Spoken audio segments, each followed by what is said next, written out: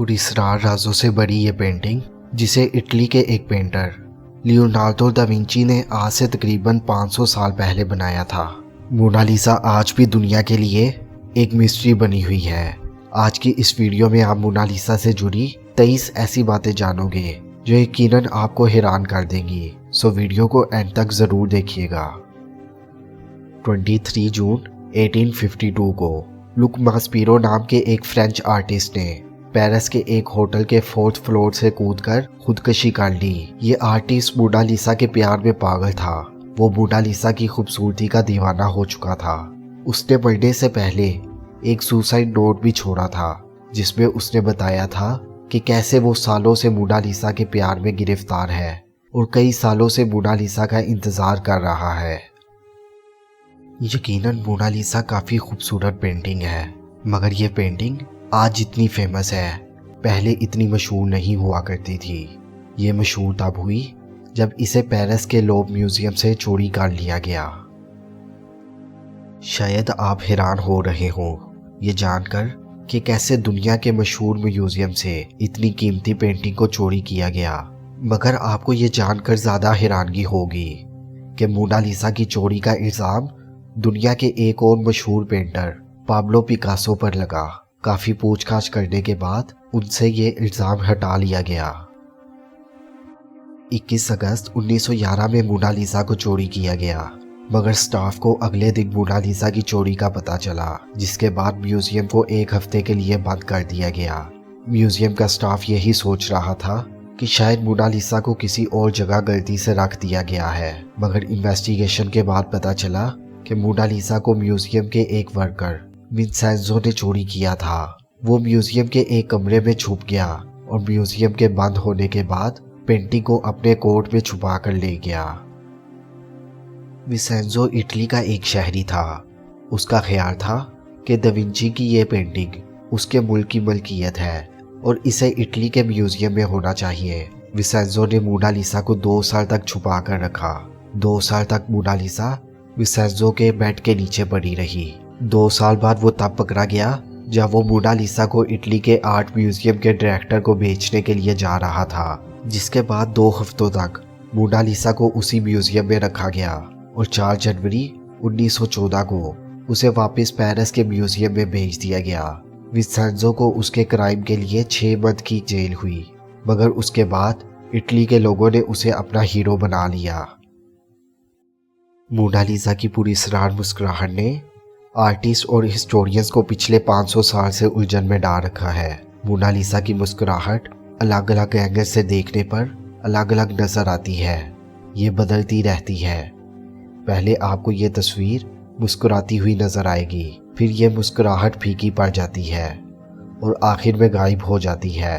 कुछ हिस्टोरियंस का मानना है कि दा विंची ने इस पेंटिंग में जिस औरत को बनाया है वो अपने अंदर कई राज छुपाए हुए हैं, जिस वजह से उसकी मुस्कुराहट इतनी पुरस्कार है।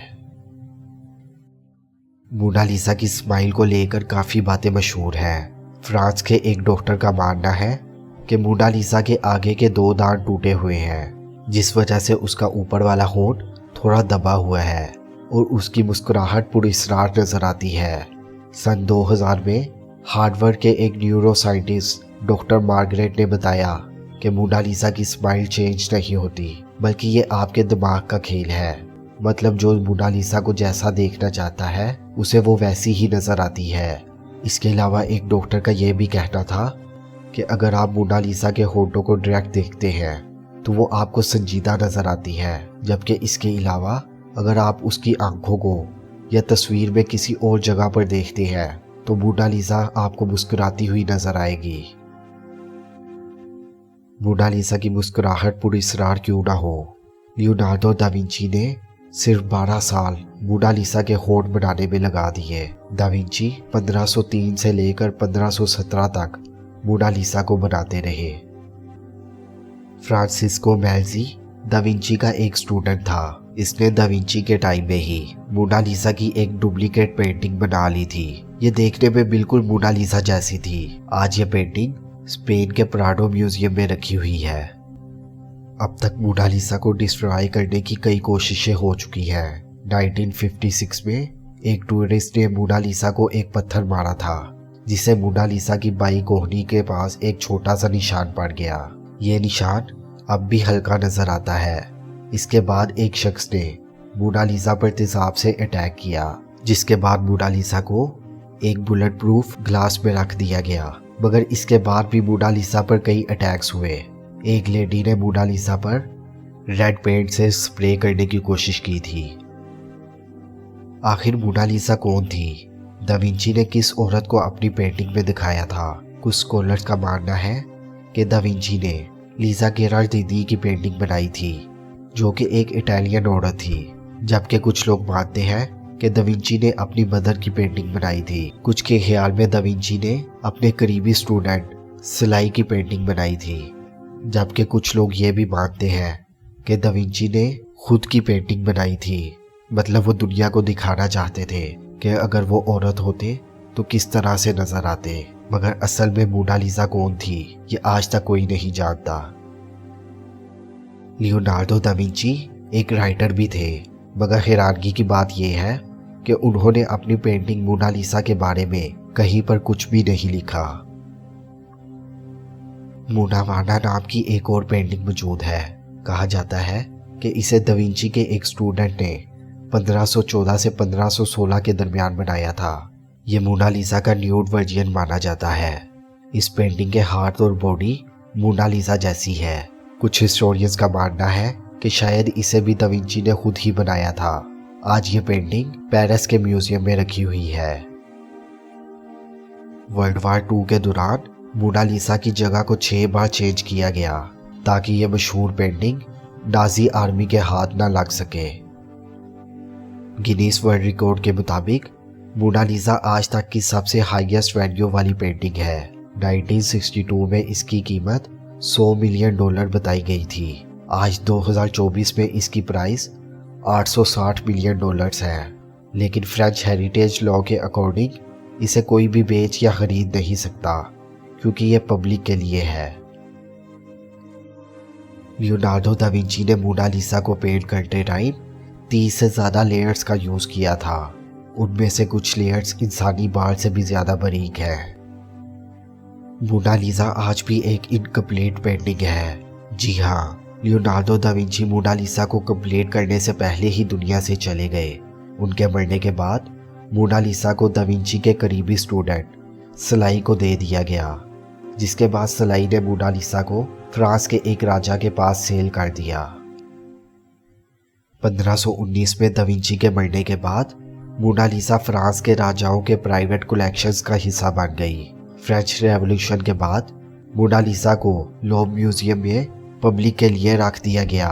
नेपोलियन भी मोनालिसा के जादू से न बच सका। मोनालिसा कुछ टाइम के लिए नेपोलियन के बेडरूम में भी रही। नेपोलियन घंटों तक खड़ा मोनालिसा को देखता रहता था। मोनालिसा को गौर से देखने पर पता चलता है कि दा विंची ने मोनालिसा की आईब्रोज और आई लैशेस नहीं बनाई। 2017 में फ्रेंच इन्वेंटर पार्सल कोड ने मोनालिसा को स्कैन किया, जिससे ये पता चला कि दा विंची ने मोनालिसा की आईब्रोज और आई लैशेस बनाई थी, मगर शायद टाइम के साथ साथ ओवर क्लीनिंग की वजह से वो गायब हो गई।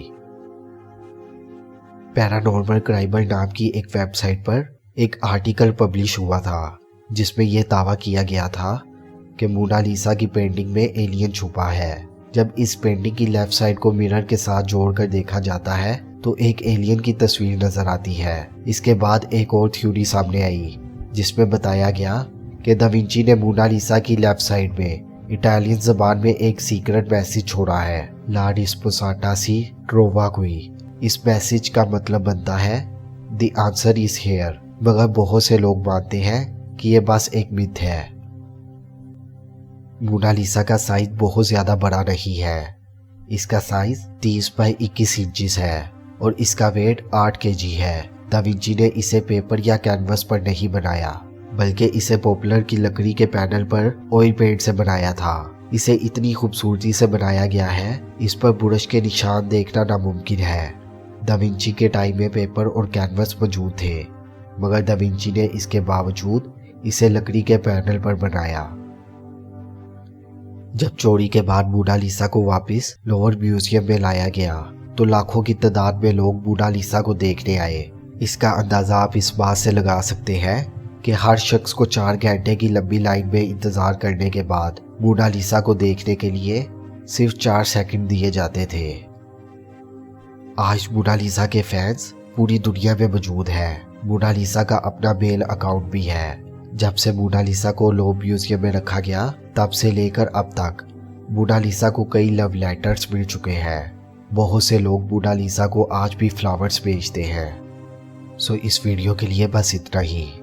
अगर आपको वीडियो पसंद आई हो तो इसे लाइक और शेयर ज़रूर कीजिएगा और इसी तरह की हिस्ट्री से जुड़ी वीडियोस देखने के लिए हमारे चैनल को सब्सक्राइब कर लीजिएगा। सो मिलते हैं नेक्स्ट वीडियो में।